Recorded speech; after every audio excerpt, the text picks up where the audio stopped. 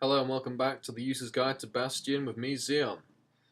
Okay, I'm going to continue with what I was doing last time and build this forgery. Okay, we have our forgery now, which is great, which means I can now finally show you. Which means we can start right here. Shush! Which means I can now finally show you the materials used for the upgrades and which ones are best for which weapon. I'm going to start off with this section with the Breaker's Bow. So, right, as you can see, that I've already got all the upgrades possible, but the first upgrade you get a choice between the two, and every time you get an option of an upgrade, you'll always get a choice between the two. Unfortunately, you can't have the two. You can only have the one of the two at the same time. You can only choose from one, and then one, then one, then one. Yeah, you get it. First time you've got your choice of 25% plus on your draw speed or +2 target penetrations per shot. Now, I think personally the draw speed is more useful. You can attack faster. Second time around, either 50% plus damage or arrows cause more damage over time. Now, arrows causing damage over time is good if you like using your Breaker's Bow against packs of enemies on levels, but if it's a training grounds thing, when you're actually trying to kill targets as quickly as possible, 50% damage is very useful here, so I'd go with that. Third time around, you got another +25 to your draw speed, or you've got another +2 target penetrations per shot. Now, I figured, well, I've already got +25, I might as well go for the penetration shots now. So, fourth time around, you'll either get a shot of more damage, or arrows cause more damage over time, like you did last time. So you can either double up here with your attack, or double up here with your damage over time, or you can have a bit of both.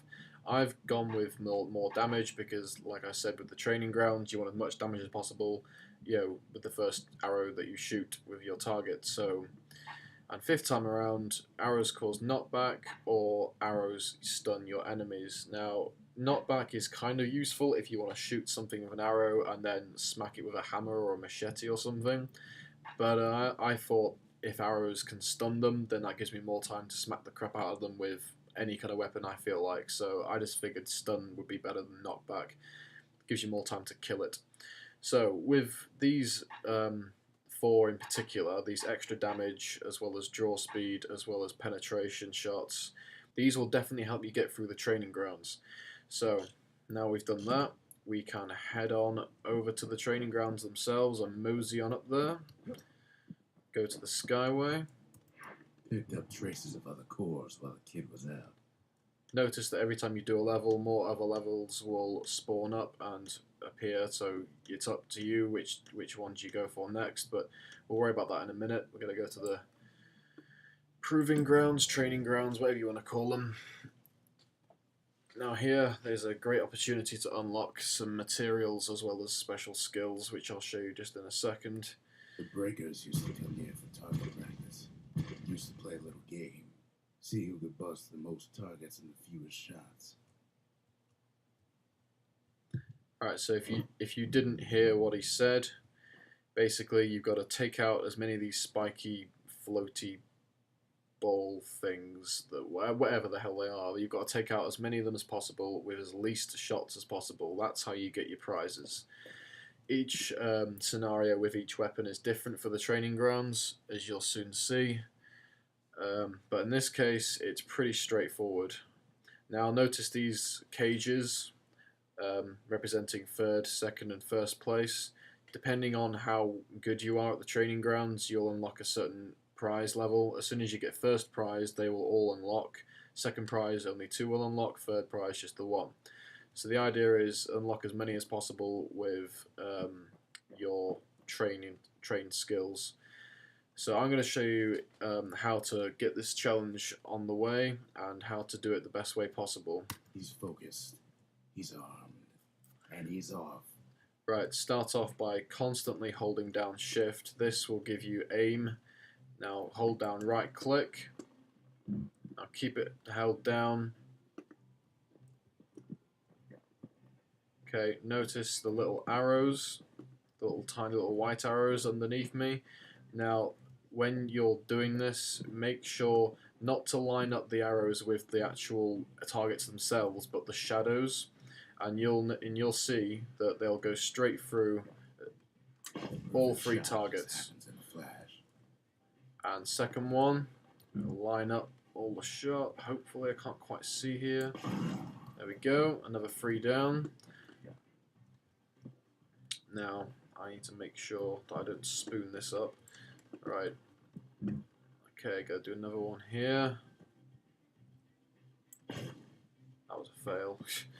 It doesn't matter if you screw up because you can do the training ground as many times as you want. I'm gonna do this in about 5 shots, I think, with any luck. Actually, if you don't hold down shift, you'll see a longer arrow path, which means you have a steadier guide. If you hold down shift, you just have a very fixed guide on the target that's nearest to you. If you actually let go of shift, you can have a more free range control, which is probably what I would go for in the training grounds here. Actually, I'll take back what I said before, and then you get a more accurate shot. So I think we can do one more shot, and then we're good to go. There you go. First prize done. Bit of awesome victory music at the same time. Woo! Awesomage. Now notice that, yeah, I have unlocked the first prize first time. However, if you don't manage to do that first time, and you only get third or second prize even, don't worry, you can try it as many times as you want until you get the first prize, until you're, fuming with rage, but you will hopefully eventually get it. Some of the training grounds are much harder than others, but we'll get to those bridges when we cross them.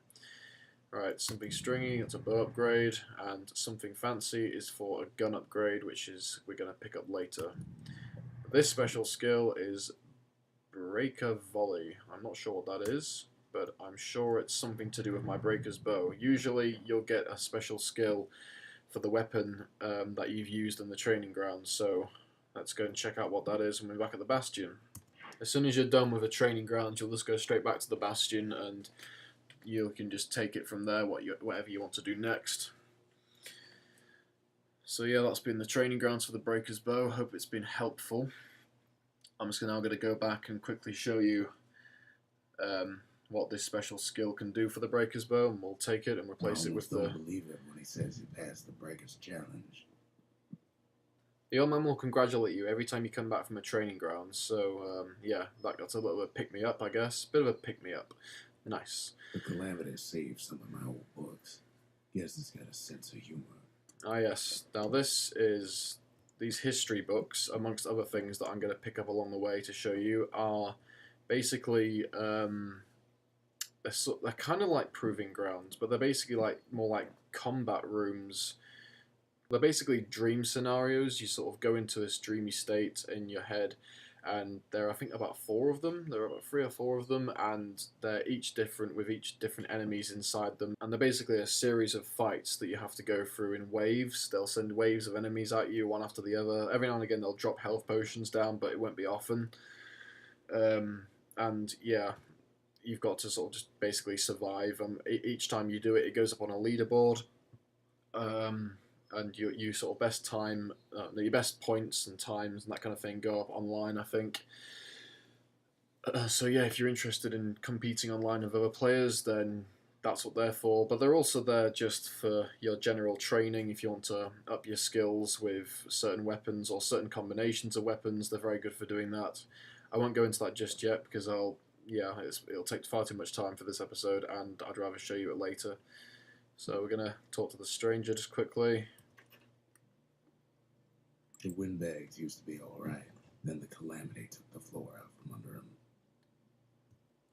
Right, now that item has actually unlocked a Squirt, which is friendly, and he is now going to be my little pet, and he is going to be on the Bastion forever, and he is now my forever little pet, and he will stay here and help guard the place with the old man, and he is now one of your familiars, which will be throughout the game, and not help you as such, but I guess he'll help defend the place if it ever got attacked, but he's mainly just around for a little companion, I guess. So, and you can press E as many times as you want, and you'll do this. And you'll do a little dance. No, a little dance. Yes, he's very cute, I guess, if you like that kind of thing. Right, we're going to go over to the forge now. Notice whenever there has an exclamation mark over something, which is kind of obvious though, but whenever it has an exclamation mark over it, it means there's something new to do in that building or item. So, right, yeah, so that means basically that the new items we picked up, you can have upgrades on your level, unlike mine where I've got all the upgrades. If you go to it, you can pretty much just go and upgrade with your new items and new materials. Now, go in the arsenal, we'll quickly just have a look. Right, at the moment we've got, where is it? Oh, I've got so many. Too many. I remember we had the Squirt lure, but we just picked up the, where is it? Breaker volley, that's the one. Right. Now this one is basically it's a special arrow skill. After you fired your shot, it does something fancy with it. I can't remember what it does. I'll select it for next time so that we can see what it does in the next level. So a bow and a machete, every bit as effective as the fancier stuff. All right, yeah. So we've now got a breaker's bow and a machete for the next episode to kill a whole lot of stuff with. So. Okay, I'm going to end it there. This has been the User's Guide to Bastion with me, Xian, and I'll see you next time.